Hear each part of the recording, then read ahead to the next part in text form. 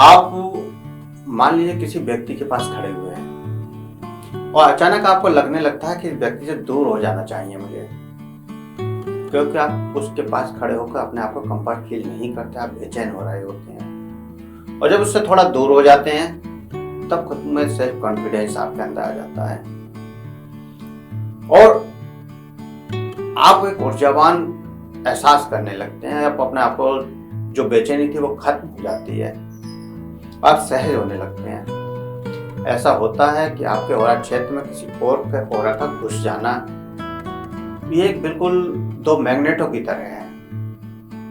जब दो मैग्नेट आमने सामने आती हैं तो वो एक दूसरे के ऊपर हावी होने की कोशिश करती हैं। इसी प्रकार जब दो ऑरा क्षेत्र आपस में मिलते हैं तो वो भी एक दूसरे के ऊपर हावी होने की कोशिश करते हैं। सामने वाला अगर नकारात्मक है और आप उसके ऑरा क्षेत्र में प्रवेश कर गए तो उसकी नकारात्मकता से आपके अंदर बेचैनी होनी शुरू हो जाती है, क्योंकि उसकी नकारात्मक ऑरा आपकी सकारात्मक ऊर्जा से ज्यादा प्रभावशाली है। अगर आपकी सकारात्मक ऊर्जा ज्यादा प्रभावशाली हुई तो उस व्यक्ति के नकारात्मक ऊर्जा का प्रभाव कम हो जाएगा और वो सहजता महसूस करेगा।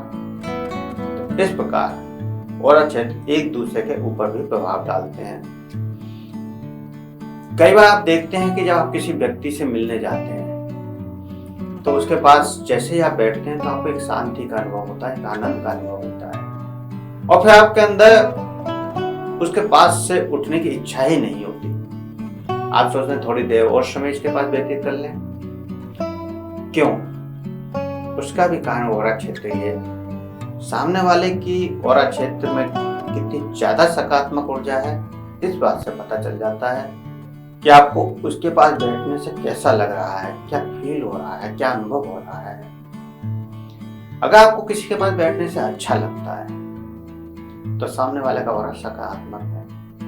अगर आप बेचैन होते हैं तो उसका ऑरा नकारात्मक है। दरअसल ऑरा से ही किसी व्यक्ति की सकारात्मक या नकारात्मक ऊर्जा के प्रभाव को पहचाना जाता है। सामने वाले का ऑरा नकारात्मक या सकारात्मक ये ऑरा क्षेत्र से ही हम जान पाते हैं। उसके अंदर क्या भाव है ये भी हम समझ लेते हैं।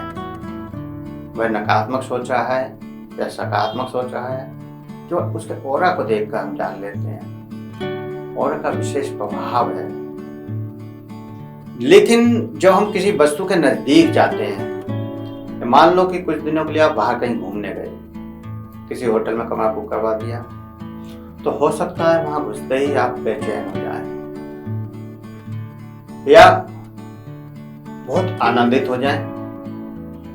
तो वह उस जगह का ऑरा क्षेत्र है जो आपको प्रभावित कर रहा है। बहुत सारे मंदिरों में जाकर आपको सुकून मिल जाता है, बहुत शांति, बहुत आनंद का अनुभव होता है। वहीं कुछ मंदिर में जाकर कोई फर्क ही नहीं पड़ता। वह भी उस मंदिर की या उस जगह की ऑरा का प्रभाव है। जहां जिस जगह पर जितनी ज्यादा सकारात्मक ऊर्जा होगी वहां आप उतना ही ज्यादा आनंद में और शांति में महसूस करेंगे। और अगर नकारात्मक ऊर्जा होगी तो आप बेचैन हो जाएंगे, घबराहट पैदा होगी, बेचैनी पैदा होगी और वहां से भागने को मन करेगा। ध्यान के माध्यम से ऑरा के सही प्रभाव को जाना जा सकता है। और ऑरा विद्या भी एक ऐसी विद्या है जिसमें कोई भी व्यक्ति अपने आध्यात्मिक चक्रों को कुछ इस प्रकार जागृत कर देता है कि उससे निकलने वाली शक्तियों का प्रभाव सामने वाले व्यक्तियों के शरीर तक पहुंच सकता है। हम जब अपने अंदर ऊर्जा को एब्जॉर्ब करते हैं तो हमारे चक्रों में ऊर्जा प्रवाहित होती है। हमारे शरीर के प्रत्येक हिस्से में, प्रत्येक सेल्स में ऊर्जा का प्रभाव हो जाता है और हमारे शरीर से ऊर्जा निकलने लगती है। और वह ऊर्जा आपके आसपास जितने भी बैठे हुए व्यक्ति हैं उन सब पर प्रभाव डालती है। आपने देखा होगा कोई संत प्रवचन कर रहा है और उससे काफी दूर तक व्यक्ति बैठे हुए हैं, तो शुरू में जो आगे के व्यक्ति हैं वो संत महात्मा के प्रवचन को बड़े ध्यान से सुन रहे होते हैं। उनका माइंड एक मिनट के लिए भी इधर उधर नहीं होता। लेकिन वहीं कुछ दूरी पर और चले जाएं तो वो व्यक्ति कुछ मिनटों बाद या कुछ समय बाद बार बार इधर उधर देखते हैं। अब थोड़ा और पीछे चले जाएं तो आप देखेंगे कि वो और ज्यादा विचलित हैं। और अगर लास्ट में चले जाएं तो आप देखेंगे कि उनका मन उनके परचुन में है ही नहीं। वो तो सब इधर उधर घूम रहे हैं, इधर उधर देख रहे हैं बस। क्यों? क्योंकि उस संत महात्मा का ऑरा कितना प्रबल है इस बात पर डिपेंड करता है। वह जहां तक उसका ऑरा का प्रभाव ज्यादा है वहां तक के व्यक्ति उसकी ओर आकर्षित हो जाते हैं और वो उससे को ही ध्यान से सुन रहे होते हैं। वहीं जितना ऑरा का प्रभाव कम होता चला जाता है उतना ही व्यक्तियों पर उसका प्रभाव कम होता चला जाता है। इस प्रकार जितना अधिक ऑरा का क्षेत्र मजबूत होगा, जितना ऑरा क्षेत्र बड़ा होगा, उतने ही आसपास के चारों तरफ के लोगों को आप प्रभावित कर सकते हैं। अपने व्यक्तित्व को आकर्षित बनाने के लिए, अपने व्यक्तित्व को एक तरह से सम्मोहित बनाने के लिए आपको अपने ऑरा क्षेत्र को बड़ा करना है, मजबूत करना है। आपने देखा होगा कि बहुत सारे व्यक्ति से सभी बात करना चाहते हैं, हर व्यक्ति उससे मिलना चाहता है, एक आकर्षण है उसके अंदर, शकल चाहे उसकी कैसी भी हो, लेकिन प्रत्येक व्यक्ति उससे मिलना चाहता है। क्यों? क्योंकि उसका ऑरा क्षेत्र बड़ा मजबूत है। आपने एक कथा सुनी होगी कि किसी जंगल में एक महात्मा तपस्या करते थे और उनकी तपस्या के प्रभाव से वहां पर अगर शेर और बकरी एक साथ आ जाते हैं तालाब पर पानी पीने, तो वो एक साथ तालाब पर पानी पीते हैं, उनके अंदर का जो वैर भाव खत्म हो जाता है। उस जंगल में प्रवेश करने के बाद प्रत्येक व्यक्ति का भाव बदल जाता है। जो कोई भी नकारात्मक भाव लेकर उनके पास पहुंचता है वो खत्म हो जाता है। क्यों? क्योंकि उन महात्मा का ऑरा क्षेत्र उस पूरे जंगल पर जहां तक छाया हुआ है, किलोमीटर या इससे भी ज्यादा, 10, 20, 50, 100 किलोमीटर तक भी हो सकता है, वहां तक जो भी व्यक्ति अंदर प्रवेश करेगा ऑरा क्षेत्र में, उसके भाव उस महात्मा के भाव से प्रभावित हो जाएंगे और वो चेंज हो जाएंगे। गौतम बुद्ध के बारे में भी ऐसी बहुत सारी कथाएं हैं कि जब कोई व्यक्ति उनके पास नकारात्मक भाव से आता था तो वह बदल जाता था, वह सकारात्मक हो जाता था उनके प्रति। जो उनको मारने के लिए आ रहा है वह उनसे प्रेम करने लगता था। तो ऐसी बहुत सारी कथाएं हैं। ये सारी कथाएं ऑरा क्षेत्र पर निर्भर करती हैं। आपका ऑरा क्षेत्र जितना मजबूत है उतना ही ज्यादा दूर तक लोगों को प्रभावित कर पाता है। तो ऑरा क्या है? प्रत्येक व्यक्ति के शरीर के चारों ओर इलेक्ट्रॉनिक मैग्नेटिक फील्ड का अस्तित्व छाया हुआ है, जिसे ऑरा कहते हैं। ऑरा प्रत्येक व्यक्ति का अपना अलग अलग होता है और यह शरीर का सुरक्षा कवच होता है। ऑरा का क्षेत्र व्यक्ति के शरीर पर 3 इंच से लेकर 20 से 50 मीटर या किलोमीटर तक भी हो सकता है। इतना ही नहीं, ऑरा सजीव व्यक्ति से लेकर निर्जीव व्यक्ति, जानवर, पेड़ पौधे सभी वस्तुओं का भी होता है। ऑरा व्यक्ति के आभा मंडल को कहते हैं। हर व्यक्ति को एक अपना प्रभाव भी होता है और उसमें इस ऑरा का खास महत्व होता है। स्वयं को प्रभावशाली बनाने के लिए ऑरा का प्रभावी होना बहुत जरूरी है। आपके जीवन में जो कुछ भी हो रहा है उसका आभा मंडल से सीधा संबंध है। दूसरे शब्दों में ये भी कह सकते हैं कि आभा मंडल ही सब कुछ तय कर रहा है।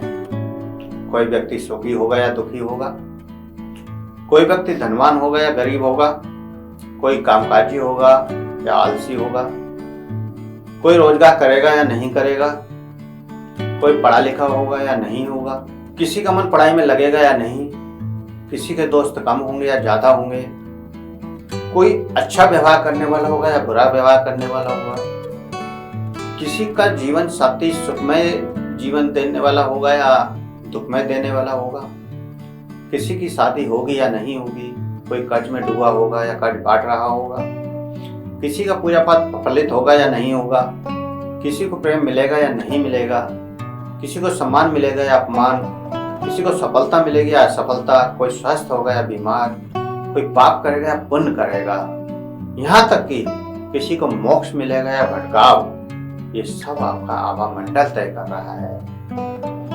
आपके जीवन में जो कुछ भी घटित हो रहा है, जो कुछ भी आपको मिल रहा है और आगे मिलने वाला है, वो भी और यह आपको आज तक जो मिला है वो भी सब आपका आभा मंडल तय कर रहा है। तो इस प्रकार संजीव निर्जीव सभी के इर्द गिर्द एक प्रकाश का घेरा है।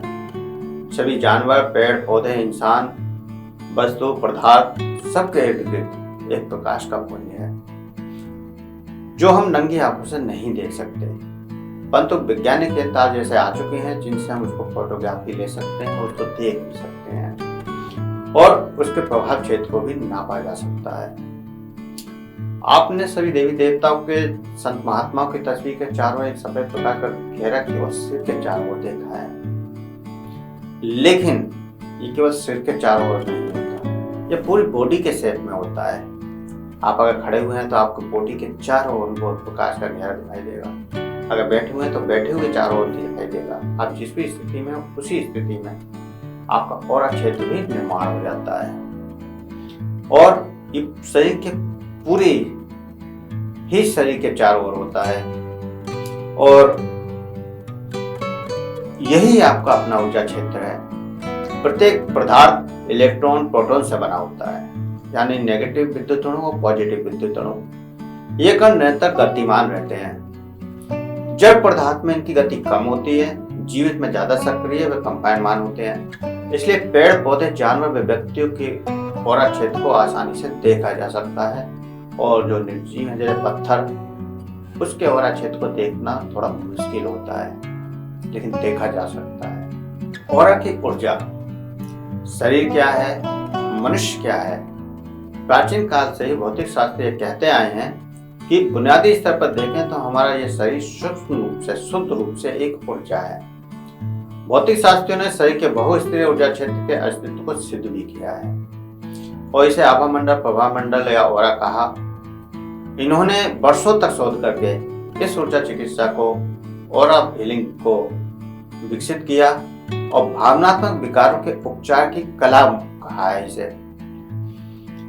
भावनात्मकता से ऑरा क्षेत्र पर ज्यादा प्रभाव पड़ता है, ये मैं आपको बार बार बता रहा हूँ।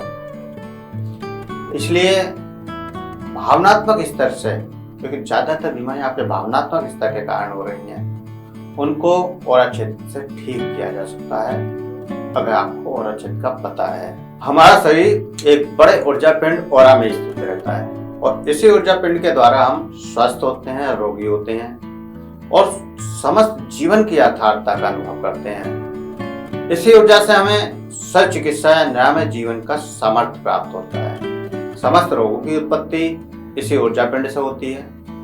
प्राचीन काल से आध्यात्मिक चिकित्साविद और आयुर्वेदाचार्य इसके बारे में चर्चा करते रहे आए हैं, परंतु इसका वैज्ञानिक दृष्टिकोण से सत्यापन हाल ही के कुछ वर्षों में हुआ है। इस आभा मंडल में 7 चक्र या 7 परतें होती हैं और इसके किसी भी परत या चक्र में कोई गड़बड़ी या संतुलन जब हो जाता है, अवरोध आ जाता है, तो वह अवरोध भौतिक देह में प्रतिबिंबित होने लगता है, जिससे भावनात्मक या दैहिक रोग पैदा हो जाते हैं। हर व्यक्ति चाहे तो अपने देखने की क्षमता, सुनने की क्षमता को बढ़ा सकता है। आज ऐसी तकनीक आ गई है, ऐसे व्यायाम विकसित हो चुके हैं जिससे व्यक्ति अपने ऑरा क्षेत्र को, आभा मंडल को देख भी सकता है और अपने ग्रहण बोध का विस्तार करके आध्यात्मिक चिकित्सा को समझ भी सकता है। ऐसे अभ्यास जो आपके ऑरा क्षेत्र को मजबूत करते हैं, ऐसे अभ्यास जिनसे हम ऑरा को देख सकते हैं कि सामने वाले व्यक्ति का ऑरा कैसा है, सामने वाले के ऑरा के में क्या क्या प्रभाव है, वो सब कुछ हम देख सकते हैं, जान सकते हैं। आज के अभ्यास में आप सभी का स्वागत है। तो आज के अभ्यास के लिए सभी किसी भी आसन में सहज होकर बैठ जाएं। जैसे भी सहज होकर आप बैठ सकते हैं, आलती पालती मारकर, पद्मासन, सुखासन, जैसे भी सहज होकर बैठ सकते हैं, सहज होकर बैठ जाएं। आंखों को बंद कर लें। हाथों को ज्ञान मुद्रा में रखना है। ज्ञान मुद्रा, अंगूठे के टॉप को उंगली के टॉप से मिलाना है और आंखें बंद कर लेनी है। हथेलियां घुटने के ऊपर रखें।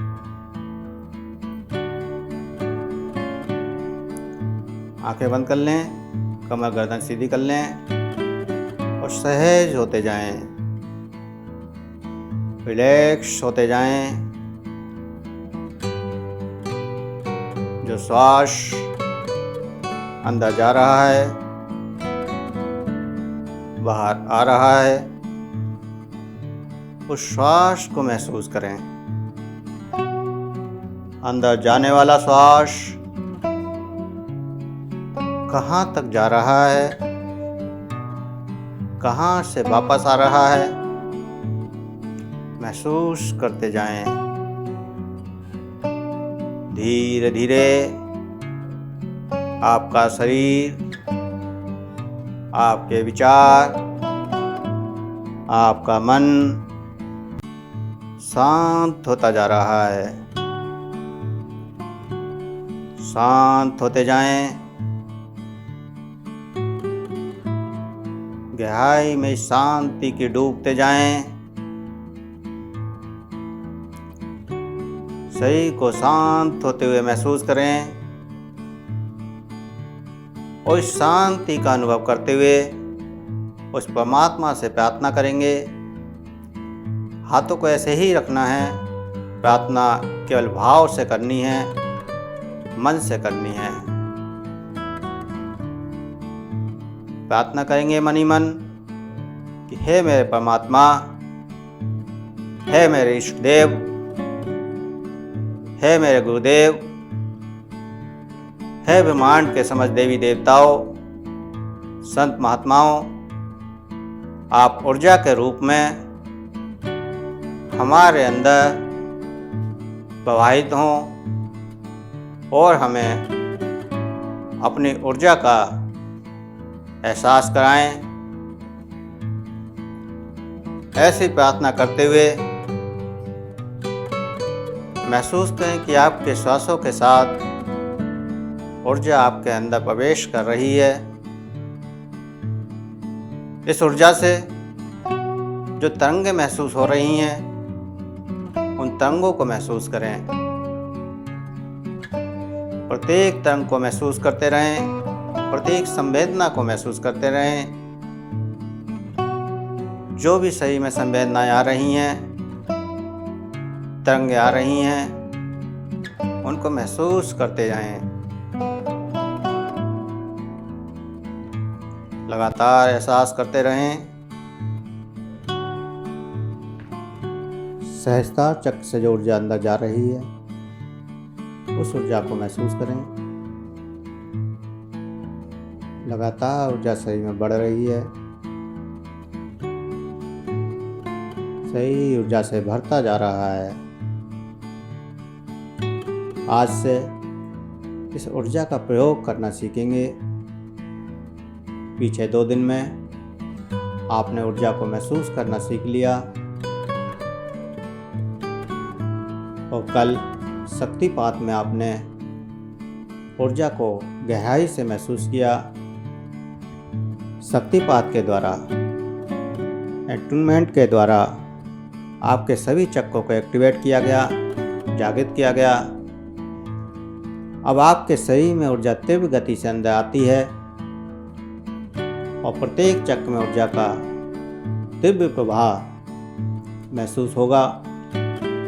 जैसे कल शक्तिपात के समय आपने काफ़ी ऊर्जा को महसूस किया, आपके शरीर में कंपन भी हुए, झंझनाहट भी हुई। उसी प्रकार ऊर्जा आपके अंदर रोजाना आगे बढ़ती रहेगी।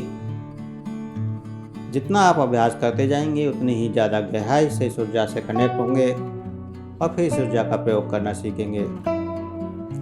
तो जो सहस्त्रार चक्र में ऊर्जा जा रही है, उस ऊर्जा को महसूस करें और पूरा सही ऊर्जा से भरता जा रहा है। कॉस्मिक एनर्जी का झरना आपके सिर पर गिर रहा है और झरने से ऊर्जा आपके अंदर प्रवेश कर रही है। कॉस्मिक एनर्जी का झरना सावर की तरह, जैसे आप सावर में नीचे जब स्नान करते हैं तो पूरे शरीर पर उस जल का प्रभाव पड़ता है, पूरे शरीर में ऊर्जा की तरंगें आती हैं, शीतलता आती है।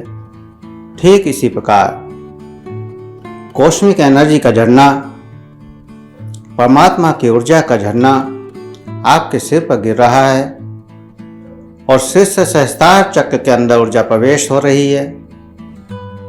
इस ऊर्जा को महसूस करें। सिर के अंदर जो भी तरंगें आपके अंदर प्रवेश कर रही हैं, उन तरंगों को महसूस करें और ये तरंगें सहस्त्रार चक्र से अंदर जाती हुई आज्ञा चक्र पर पहुंच रही हैं और आज्ञा चक्र से फिर नीचे कंठ की ओर जा रही हैं। महसूस करते रहें और नीचे जाती हुई हृदय चक्र तक आती हुई धीरे धीरे एनर्जी अंदर प्रवेश कर रही है। हृदय चक्र से नाभि चक्र तक आती हुई और नाभि चक्र पर ऊर्जा का प्रवाह तेज हो रहा है।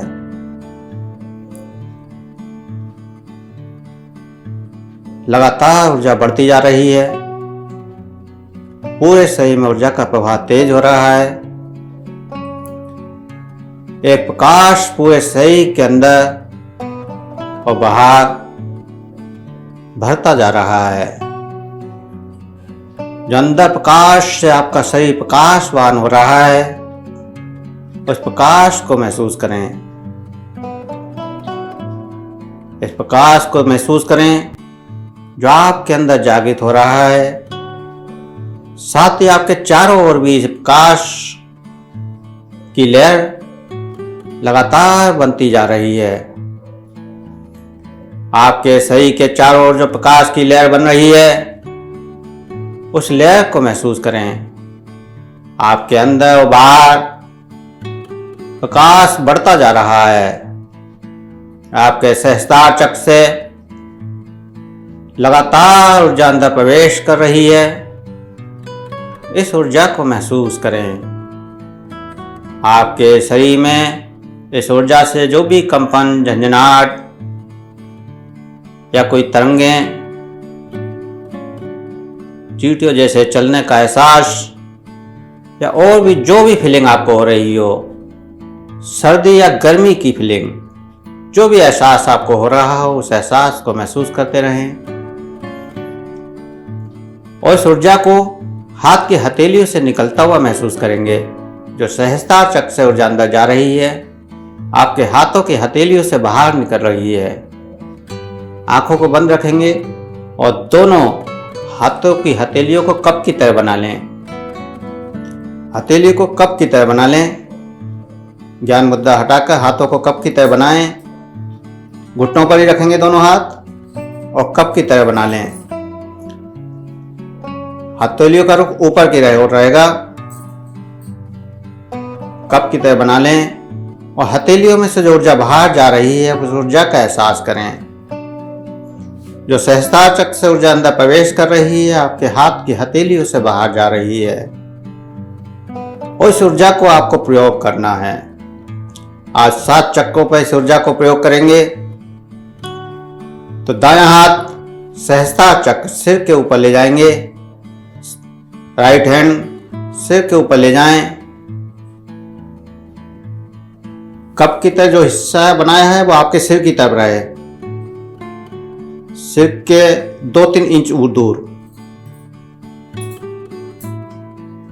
ज्यादा दूर नहीं करना है, वो थोड़ा नीचे रखें, टच ना हो बस, लेकिन थोड़ा ऊपर रहे।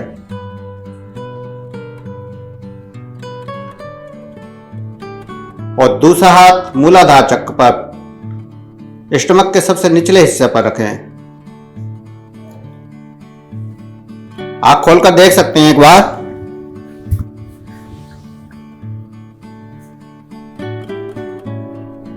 और जो हाथों की हथेली से ऊर्जा अंदर जा रही है, उस ऊर्जा को महसूस करें।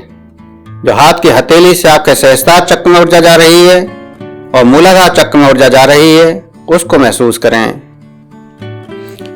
अब ऊपर वाला हाथ आज्ञा चक्र पर ले आए। धीरे से नीचे की ओर लाते हुए इस माथे के सामने, और नीचे वाला हाथ थोड़ा सा ऊपर को कर लें। नाभि से नीचे, नाभि से नीचे रहना चाहिए स्वादिष्टान चक्र पर, और वहां भी ऊर्जा को अंदर जाता हुआ महसूस करें। उसके बाद ऊपर वाला हाथ धीरे धीरे नीचे लाते हुए गले के सामने ले आए, कंठ चक्र के सामने, और नीचे वाला हाथ नाभि चक्र के ऊपर रखें। ठीक नाभि के ऊपर टच नहीं करना है, थोड़ा सा दूर रखना है हाथ, और वहां ऊर्जा को जाता हुआ महसूस करना है। लगातार ऊर्जा अंदर जा रही है, उस ऊर्जा को एहसास करें। अब नीचे वाला हाथ नाभि चक्र पर ही रहेगा और ऊपर वाला हाथ हृदय चक्र पर ले आए, गले से नीचे हृदय के पास। हृदय चक्र में ऊर्जा को जाता हुआ महसूस करें। लगातार ऊर्जा को फील करते रहें।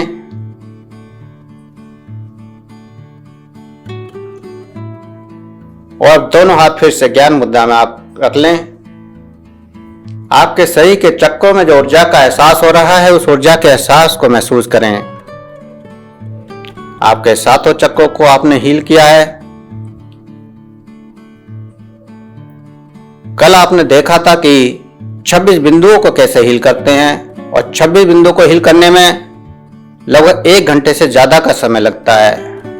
लेकिन जब आप 7 चक्रों से पूरे शरीर को हील करते हैं तो आपको 15 से 20 मिनट लगते हैं और पूरा शरीर हील हो जाता है। शरीर की कोई भी बीमारी क्यों ना हो, आप 7 चक्रों पर हीलिंग करके पूरे शरीर को ठीक कर सकते हैं, शरीर की समस्त बीमारियों को ठीक कर सकते हैं। तो चक्रों में जो ऊर्जा का एहसास हो रहा है, उस ऊर्जा को महसूस करते हुए चेतना में वापस आएंगे। और वापस आने के लिए धन्यवाद प्रार्थना। जब भी हम रेकी का अभ्यास करते हैं, शुरू करते हैं तो आभान प्रार्थना करते हैं, और जब खत्म करते हैं तो धन्यवाद प्रार्थना अवश्य करते हैं। तो सभी धन्यवाद प्रार्थना करेंगे। सभी हाथों को जोड़ लें, नमस्कार की मुद्रा में ले आएं और प्रार्थना करें कि हे मेरे परमात्मा, हे मेरे इष्ट देव, हे मेरे गुरुदेव, हे ब्रह्मांड के समस्त देवी देवताओं, संत महात्माओं, आपने जो हमें ऊर्जा का एहसास कराया उसके लिए हम आपको कोटि कोटि नमन करते हैं, कोटि कोटि धन्यवाद करते हैं। आपकी ऊर्जा का जब भी हम आह्वान करें तो आप इसी प्रकार ऊर्जा के रूप में हमारे अंदर प्रवाहित हों और हमें अपनी ऊर्जा का एहसास कराएं। ऐसी धन्यवाद प्रार्थना करते हुए महसूस करें कि वो समस्त शक्तियाँ आपके सर पर हाथ रखकर आशीर्वाद दे रही हैं और कह रही हैं कि तथास्तु वैसा ही होगा। आशीर्वाद को महसूस करते हुए 2 गहरे लंबे श्वास भरें, चेतना में आने के लिए तैयार हों। दोनों हाथों की हथेलियों को रब करें, गर्म करें, आँखों पर लगाएं, चेहरे पर लगाएं और धीरे धीरे पूरे चेहरे पर लगाएं और धीरे धीरे आंखें खोलते हुए चेतना में वापस आ जाएं।